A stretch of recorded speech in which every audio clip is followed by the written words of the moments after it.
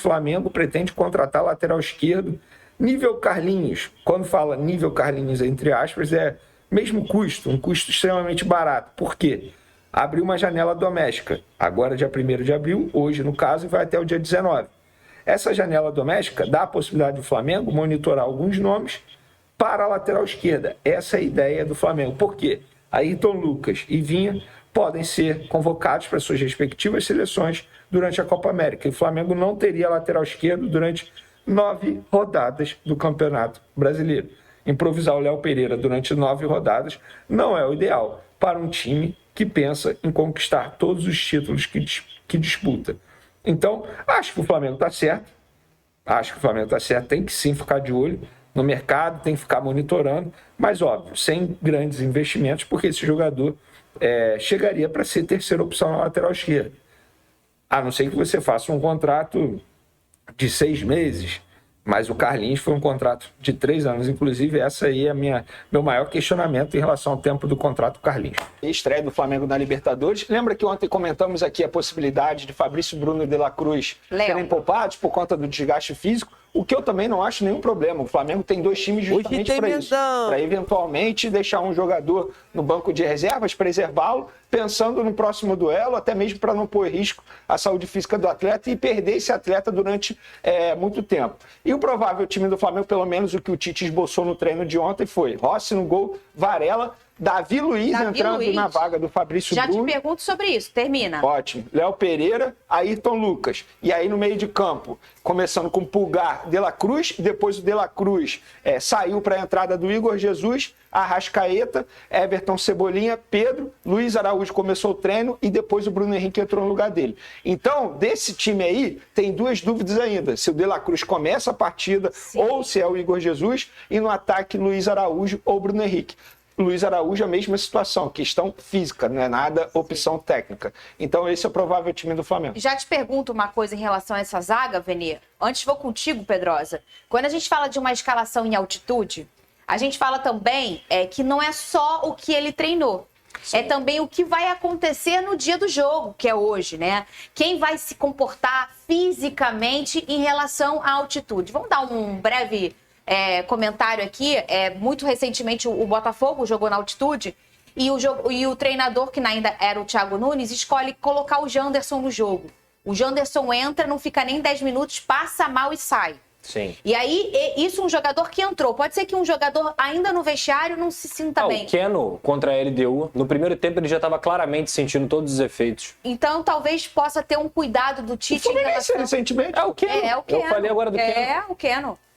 Olha, Fernanda, eu só tenho uma pergunta, e aí é uma pergunta de fato clara aqui, é o seguinte: se você tem um jogo de Libertadores, e eu sei que o Flamengo tem um elenco maravilhoso, talvez o melhor da América do Sul, muito provavelmente é o melhor da América do Sul, mas o Fabrício Bruno é o titular, jogador de seleção brasileira, correto? Correto. É um jogador importantíssimo para o time desde o ano passado.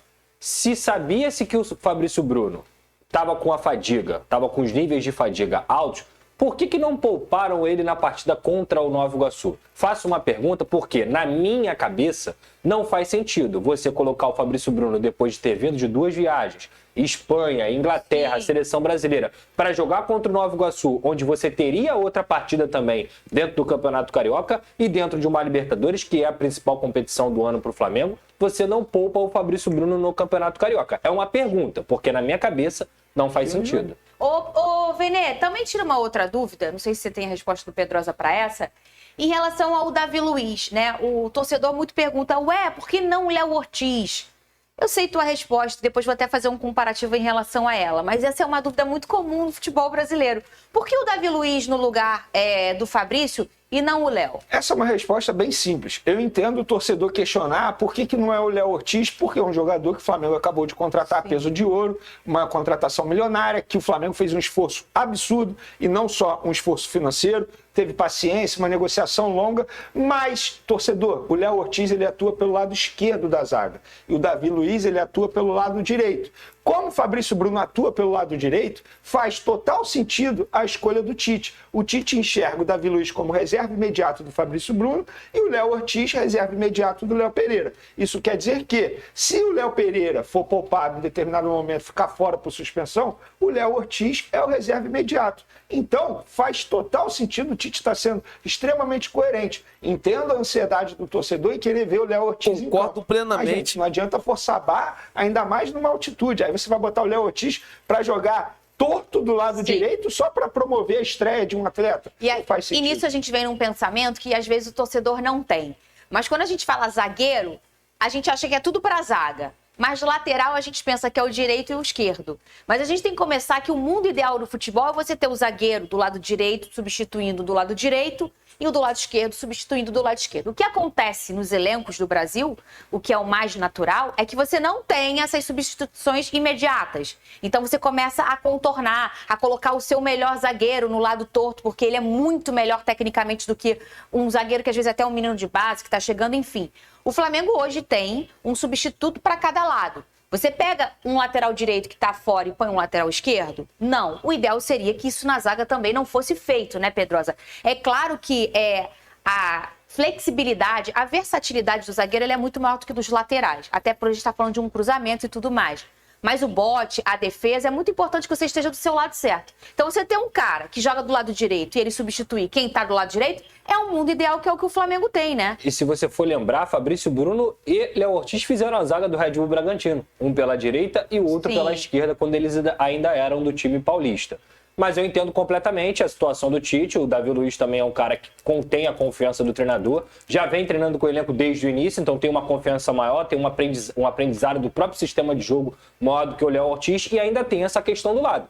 Muitas vezes você vai ver um zagueiro que joga pelo lado direito desempenhando maravilhosamente bem e se você fizer isso aqui com ele, ele não vai conseguir jogar bem, porque o domínio é diferente, a forma como você enxerga o seu companheiro é diferente, a forma na hora de dar um passe para frente é diferente. Então, jogar torto nunca é o ideal para o jogador, a não ser aqueles caras que têm uma facilidade muito grande de cortar com o pé direito para puxar, mas aí são os caras mais lá da frente, que é uma coisa que virou muito normal, que é o ponta de pé invertido. O próprio Davi Luiz, quando ele atuou do lado esquerdo, torto, ele não foi muito bem no Flamengo. Em determinado momento, o Flamengo estava tendo problemas no setor defensivo, o Davi Luiz teve que quebrar esse galho e ele não foi bem. E tá certo, Tite, esse tem que ser o pensamento. O Flamengo tem dois times, se a gente for parar e analisar, o Tite está agindo de maneira extremamente correta. E sobre essa preparação na altitude, o auxiliar Kleber Xavier falou sobre como tem sido o trabalho na Colômbia. Cadê? A gente sempre faz antes dos jogos, os 2 últimos dias, no caso aqui o último dia, o trabalho estratégico de bola parada ofensiva e defensiva, de movimentos ofensivos e defensivos, e já serve também para sentir. Aqui a bola é mais rápida, né? A velocidade muda, então os jogadores puderam sentir, mas não mudamos nada em relação a isso. Mantivemos a atenção, a estratégia, pensando no que o adversário tem de potencial, de qualidade, e o que a gente pode explorar nesse sentido também. A fisiologia, os estudos dentro do futebol, porque tem esse grande desafio a gente aqui na América do Sul, que é a altitude, já tem estudos muito avançados há muitos anos. Quem quiser ler sobre a Copa de 70, a gente tem um avanço muito grande da preparação física, esses desafios na nossa linda seleção de 70, um beijo para Gerson Canhotinha de Ouro.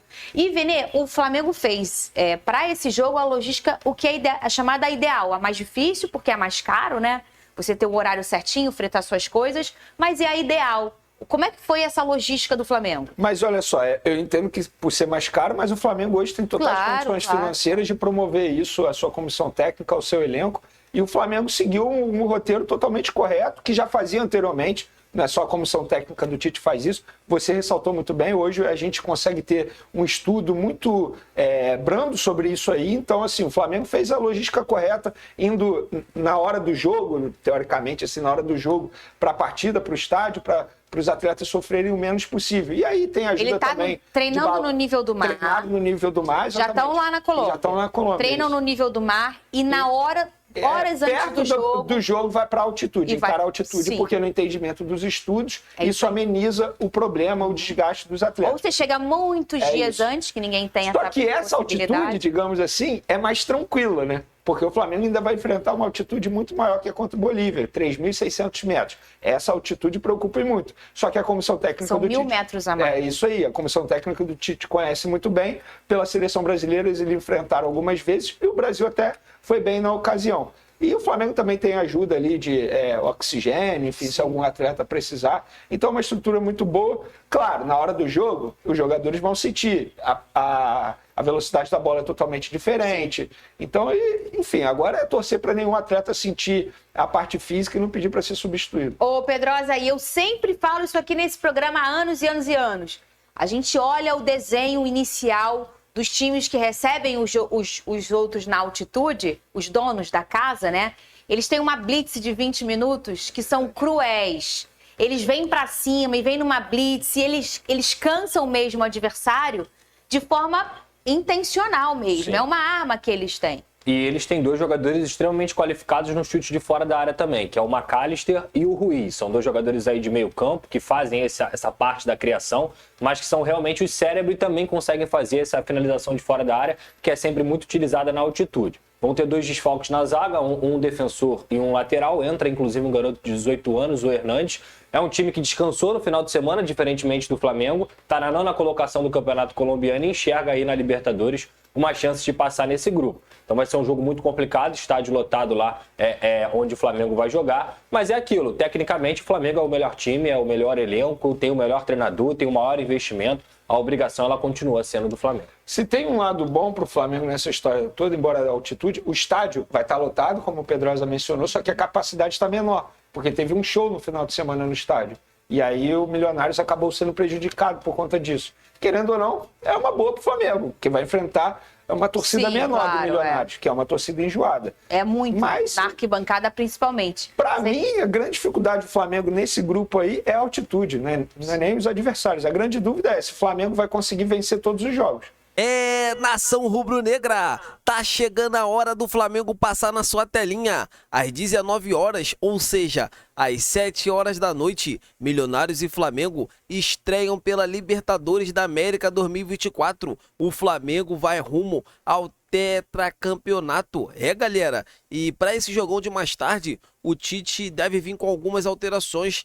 Ele deve colocar o volante Igor Jesus no lugar do De La Cruz, tendo em vista que o uruguaio está muito desgastado e o zagueiro Davi Luiz deve entrar no lugar do Fabrício Bruno. É isso mesmo. Há uma possibilidade também do Bruno Henrique entrar, mas só que o Cebolinha vai fazer o lado direito, o lugar do Luiz Araújo, tendo em vista que o camisa 7 também está muito desgastado. Mas hoje, nação, o Flamengo vai para cima do Milionários com tudo. Hoje eu estou muito confiante. Eu acho que hoje vai ser 3-0 fora o baile. Eu acho que o Flamengo tem tudo para fazer uma excelente partida. Comentem aqui, deixa aqui nos comentários para vocês quanto será o placar desse grande jogo, quanto será o placar dessa grande partida. Deixa aqui nos comentários para a gente estar debatendo sobre esse grande assunto. Eu vou falar uma coisa, eu acho que a grande dificuldade do Flamengo nesse grupo é a altitude. Eu acho que assim, as equipes que o Flamengo vai enfrentar, o Flamengo vai fazer de tudo, tem tudo para ganhar, sabe? A equipe rubro-negra está 100% motivada, o Tite não deixa a peteca cair em momento nenhum, ou seja, é foco 100%. A comissão técnica do Tite é uma comissão técnica séria, competente, então acho que o Flamengo tem tudo para fazer uma excelente Libertadores. E vamos ganhar essa Libertadores no Monumental da Argentina. É isso mesmo, galera, eu estou muito confiante. E antes de finalizar, o Flamengo está praticamente tudo acertado com o lateral esquerdo Enzo Dias, do River Plate. É isso mesmo, tendo em vista que durante a Copa América, o Flamengo terá 9 jogos, vai fazer 9 jogos sem lateral esquerdo. E essa peça do Enzo Dias é como se fosse um Carlinhos, galera. O Flamengo vai tentar contratar esse jogador. Vai tentar não, já está tentando contratar. E aí, assim, já estamos na janela caseira, mas o Flamengo promete anunciar esse jogador na janela de transferência, que é a janela do meio do ano, que é a janela mais forte que o Flamengo faz na temporada 2024. Quero saber de vocês aprovam essa contratação? Vocês acham que o Enzo Dias chega com um potencial para, no futuro próximo, ser titular ou chega ali para compor o elenco? Deixa aqui nos comentários, vamos estar debatendo sobre esse grande assunto. Então é isso, nação rubro-negra, eu tô indo nessa. Fiquem com Deus!